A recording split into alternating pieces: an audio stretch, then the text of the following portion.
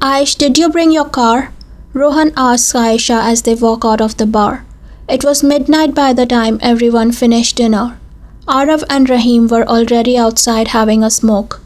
Dev walks out with Aisha and Rohan and is standing outside the bar with them. No, I was at your place, so Kumar uncle dropped me. Shall we go? Rohan and Dev look at each other as soon as Aisha mentions Dev's father's name. Arav throws his cigarette stub into a ditch on the side of the road and walks over to them. Dev, come with us, we will drop you off. Where do you live? Arav asks Dev. Before Dev could answer, Rohan interjected into their conversation. Dude, can you drop Aish at my house? I have to go to the office for a bit. I will drop Dev. He told me earlier that his house is near Nehru Place. I sure can, but Ro, it's 12 a.m. What the fuck are you doing going to the office at this hour? Arav asks Rohan, looking puzzled. Mehta uncle called me in. He said something about dad wanting me to take over next year, so I have to spend some time with him every day at the office. He's waiting for me. Rohan answers in a serious tone. Will you be home late? Aisha looks at Rohan with a dismal expression on her face. Probably. You should rest up. I will see you in the morning, Rohan smiles and strokes Aisha's hair. Rahim, Arav and Aisha get into the car together while Rohan and Dev drive off together.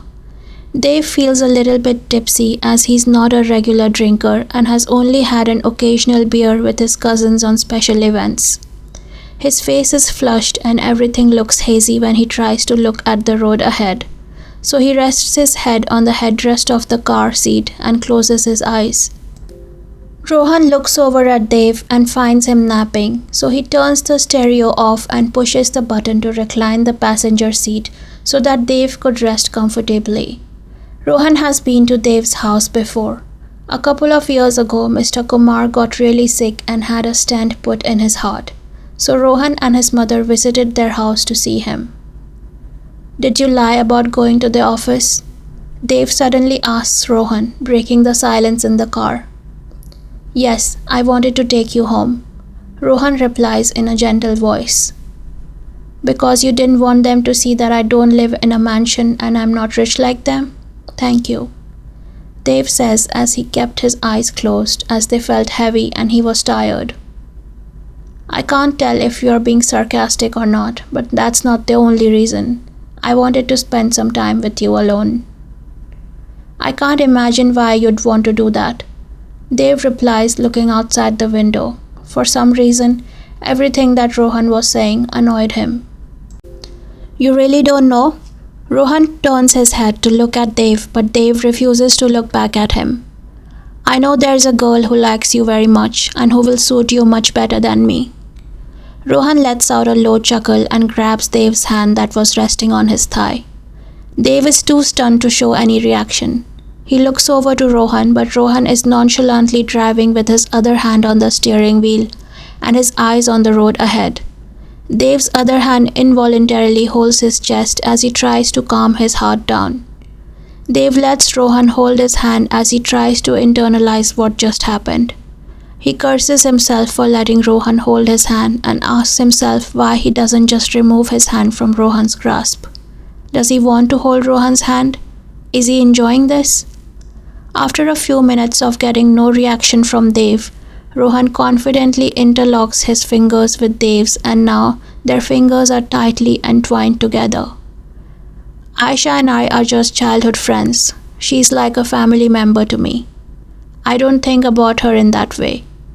Rohan clarifies his relationship with Aisha to Dev as he understands how they might look in the eyes of a third person.